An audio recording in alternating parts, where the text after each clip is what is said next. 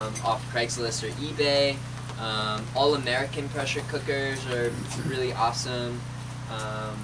And you have the option of getting one where you have to put it on a stove, or I have a Steroclave, which basically I can plug it in. And it is awesome. I put it on like a little cart so I can wheel it around and I don't have to pick it up. And then I have an outlet timer, so I can just bring it up to pressure, click the timer for like hour and a half, 45 minutes, and then walk away.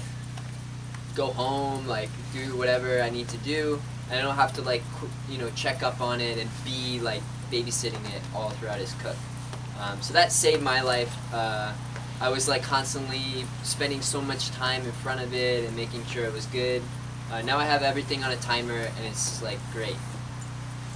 I have some old pressure cookers that work on the stovetop, and I have also a newer one that's electronic or electric, but it only goes to 12 psi. And most of the stuff I read said 15, and that translates to some difference in ultimate temperature. Does that make a difference? Yes.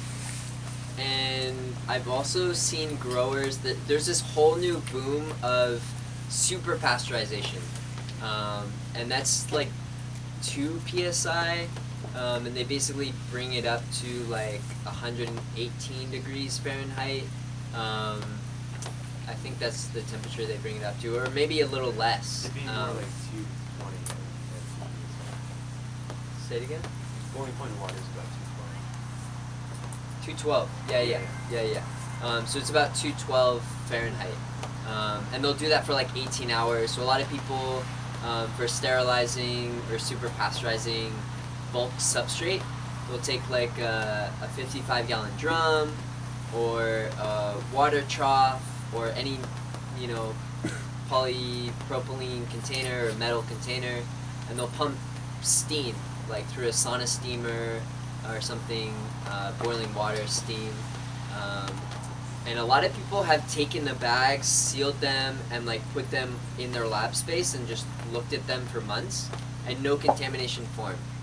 And they're using like really nutrient-dense formulas, and it's not technically sterilization. So I would try it and see if it works for you.